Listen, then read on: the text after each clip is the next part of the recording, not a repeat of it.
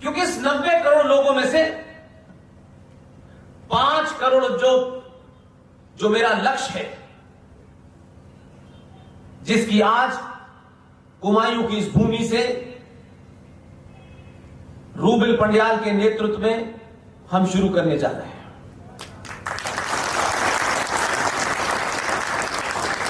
समय कितना लगेगा मैं नहीं जानता, कितने लोग आएंगे मैं नहीं जानता, लेकिन मेरा मानना है 5 करोड़ बौद्धिक रूप से ताकतवर मजबूत लोगों की एक फौज खड़ी कर देंगे तो 49 के बाद से यह देश बटा। किन कारणों से बटा ये सबको पता है। इसलिए सत्ता पे बैठने वाले लोग, जो साइकिल चला रहा था उसने 10 साल एमएलए बनने के बाद वो जीत जाएगा, और जीतने के बाद वो सत्ता में बैठ करके सत्ता के जितने भी संस्थान हैं उनसे उसने अपनी प्रोग्रेस तो की, लेकिन समाज को क्या दिया। इसलिए आपको आज भी लोग आपके सामने झूठ बोल रहे हैं। मैं किसी को दोष नहीं देने, और ना ही मेरी सत्ता से शिकायत है, ना किसी एमएलए एमपी से शिकायत है, क्योंकि मैं जानता हूं उनकी लिमिटेशंस। 1947 से लेकर 2021 आ गया, जिन कारणों से भारत का विभाजन हुआ, 18 से 21 लाख लोगों की लाशों पे भारत बना। आपने उन कारणों को भूल गए, क्योंकि आपको लगा अब हमें नहीं लड़ना, अब जो कुछ मिल गया है बस उसी में जीना है। और आप नेताओं की तरफ देखते हैं, नेता अपने स्वार्थ के हिसाब से नया नया जुमला लाते हैं। इसलिए आप भूल गए, दुनिया में जो कौमें अपने इतिहास में जघन्य अपराधों को करने वालों को भूल जाती हैं, उनके साथ अपराध हमेशा होता रहता है। हिरोशिमा में बम गिरा, यह भारत के हर बच्चे को पता है। नाजी कैंप लगे, यह सबको पता है। हिटलर ने चैम्बर में लोगों को मार दिया, यह सबको पता है। लेकिन सनातनी हिंदू समाज, किसी ने यह बात नहीं उठाई। इसलिए सत्ता के शीर्ष पे अगर कोई बैठा है और उन हालातों में से मैं अगर एक छोटा सा डॉट और नुक्ते और बिंदु बराबर भी काम करता है, तो यह समाज खुल के उसका समर्थन नहीं करता। इसलिए सत्ताएं जो आई वो चली गई। आज भी लोग सत्ता पे हैं,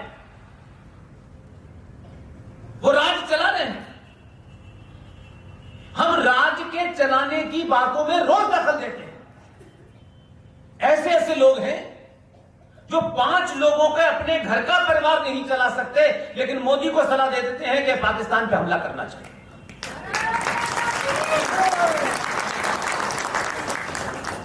हम 80 करोड़ लोगों को फ्री में खाना भी चाहिए, सब्सिडी भी चाहिए, चावल भी फ्री चाहिए, बिजली भी फ्री चाहिए, लेकिन पेट्रोल के दाम नहीं बढ़ने चाहिए।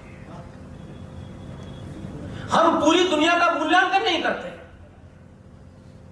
और ईमान के चलते हैं कि हम सब लोग बड़े दबे कुचले लोग हैं, अनपढ़ लोग हैं, और जब तक अमेरिका जाकर के नौकरी न करें हम पढ़े लिखे नहीं कहते। इसलिए आप जब तुलनात्मक अध्ययन भी करते हैं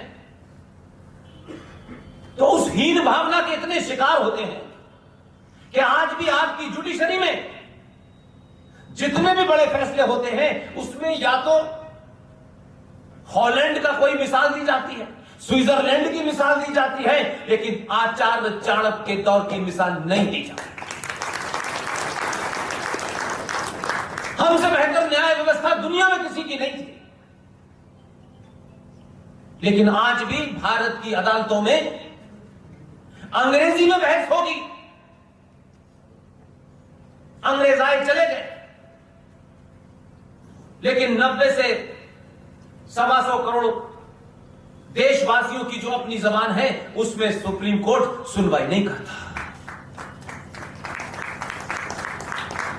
इसलिए सुप्रीम कोर्ट के बाहर जो दलाल वकीलों का जमावड़ा है उनके लिए बुरी खबर है। बड़े बड़े इंस्टीट्यूशंस में लोग बैठे हुए हैं। एक वकील साहिबा करोड़ों का फंड लेती है बाहर से, और जब भी कोई भारत के राष्ट्र के गौरव की बात हो सुप्रीम कोर्ट में, उसके खिलाफ पीआईएल, ये जो पीआईएल माफिया है जो हर चीज के ऊपर पिटीशन डालता है, आपको इनकी ताकत का अंदाजा नहीं। लेकिन मैं और आप सरकार नहीं चलाते। सरकार रोजमर्रा क्या फैसला लेगी ये हमको पता नहीं है, क्योंकि हम अपने पड़ोस में नहीं देखना चाहते कि मेरे पड़ोस में ये बांग्लादेशी मुसलमान और ये म्यांमार का मुसलमान कैसे आ गया, और हम प्रधानमंत्री से चाहते हैं वो सब देखें। हम अपने स्वार्थ के लिए उसका वोटर आईडी कार्ड बनाते हैं और एमएलए का चुनाव जीत जाते हैं। इसमें हर पार्टी के लोग शामिल हैं। इसलिए आप इतनी बड़ी विभीषिका जो दुनिया में कहीं नहीं हुई। अंग्रेजों ने दुनिया में हर देश पे राज किया, ज्यादातर देश में। इसलिए कहा जाता था कि उनके साम्राज्य में सूरज नहीं डूबता, लेकिन जिस पे उन्होंने राज किया, सिर्फ भारत ही एकमात्र देश है जो 2 हिस्सों में टूटा। क्योंकि आपको अपनी सामूहिक शक्ति पर आपके नेताओं ने, समाज के ठेकेदारों ने कभी उसका एहसास नहीं होने दिया, और ये एहसास आप में हो उसको डाइवर्ट किया कि ये कभी 90 करोड़ सामूहिक तौर पे किसी चीज के बारे में एक राय न हो जाए। इसलिए आपको अंग्रेजों ने तोड़ा, मुगलों ने तोड़ा, और अब जो अंग्रेजों की नाजायज औलादें इस देश पे रही, उन्होंने भी उसी एजेंडे को आगे चलाया। और हम सबको यह आदत कर दें कि हम यही हैं, हमारे डीएनए में चला गया, और हम उसको आगे पीछे कहीं देखना नहीं चाहते, क्योंकि हमें लगता है कि ऐसे बने रहने में हमारा चंद लोगों का स्वार्थ जो है वो चलेगा। मैं ब्राह्मण हूं, मैं ठाकुर हूं, मैं कुमायूनी हूं, मैं गढ़वाली हूं, मैं बनिया हूं, या तो तरह तरह के आपने बंटवारे किए, और आपको लगा कि हम छोटा सा समूह बनाएंगे, अपने आप को मार्केट में उसको बेचेंगे और फिर हमें कुछ मिल जाएगा, बाकियों का हमें क्या लेना देना है। इसलिए शर्मा जी के घर में आग लगेगी तो वर्मा जी भुजाने नहीं जाएंगे। जब उनके घर में आग लगेगी कहेंगे कोई साथ नहीं देता। आपने इस देश के अंदर 70 सालों में ऐसे हालात पैदा कर दिए हैं कि एक चुनी हुई सरकार, ताकतवर सरकार, इसलिए ताकतवर तो है वो गिनती की वजह से, लेकिन वो ये जानती है कि 90 करोड़ सनातनी हिंदू अभी भी अपने स्वार्थों से ऊपर नहीं उठ रहे। इसके जो काम उसे जितनी तेजी से करने थे वो थोड़ा धीमी गति से हो रहे हैं।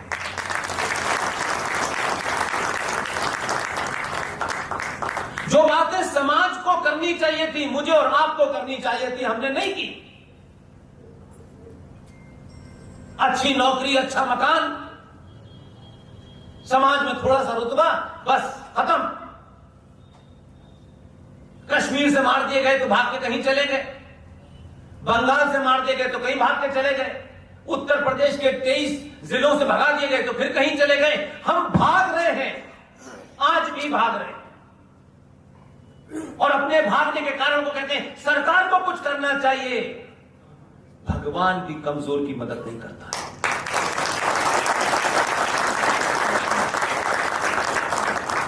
भक्ति तब तक भक्ति नहीं है जब तक उसके साथ शक्ति नहीं है। इसलिए भक्ति करने से भगवान खुश हो जाते हैं, यह गलतफहमी है। अगर ऐसा ही होता तो फिर भारत की सीमाओं पर फौज की जरूरत नहीं थी। 90 करोड़ लोग सामूहिक हवन करने लगे तो आपकी सीमा सुरक्षित रहेगी। हम भक्ति काल से निकल करके बाहर नहीं आए, इसलिए मीरा आई, सूर आए, सब कुछ आए, लेकिन उस भक्ति काल की परिस्थितियों को समझें तब आपको लगेगा कि वो भक्ति क्यों जरूरी थी। जब आप तिलक लगाने से डरते थे, चोटी रखने से डरते थे, जब आपके जनेऊ काट करके जलाए जा रहे थे, आपने अपनी पहचान को बनाए रखने के लिए भक्ति का सहारा लिया ताकि कम से कम हम अपने आदर्श सभ्यताओं को, संस्कृति को जिंदा रख सकें। एक वो भी कालखंड आया कि जब आप सनातनी हिंदू होकर के सड़कों पे नहीं निकल पाते थे। अभी अभी मैं हफ्ते भर पहले प्रयागराज से लौटा। लोगों को पता नहीं है कि उस प्रयागराज में सन 49 तक क्या हालत थी। उसी प्रयागराज के अंदर 29 दिसंबर 1930 को मोहम्मद इकबाल, जिसने हमारा तराना लिखा है, मुस्लिम लीग के अध्यक्ष के नाते रेजोल्यूशन पास किया था कि भारत के वेस्टर्न बॉर्डर पे जितने भी मुस्लिम बहुल इलाके हैं उन्हें अलग कर दिया जाए। जिंदा कौमें होती 30 के इशारे को समझ जा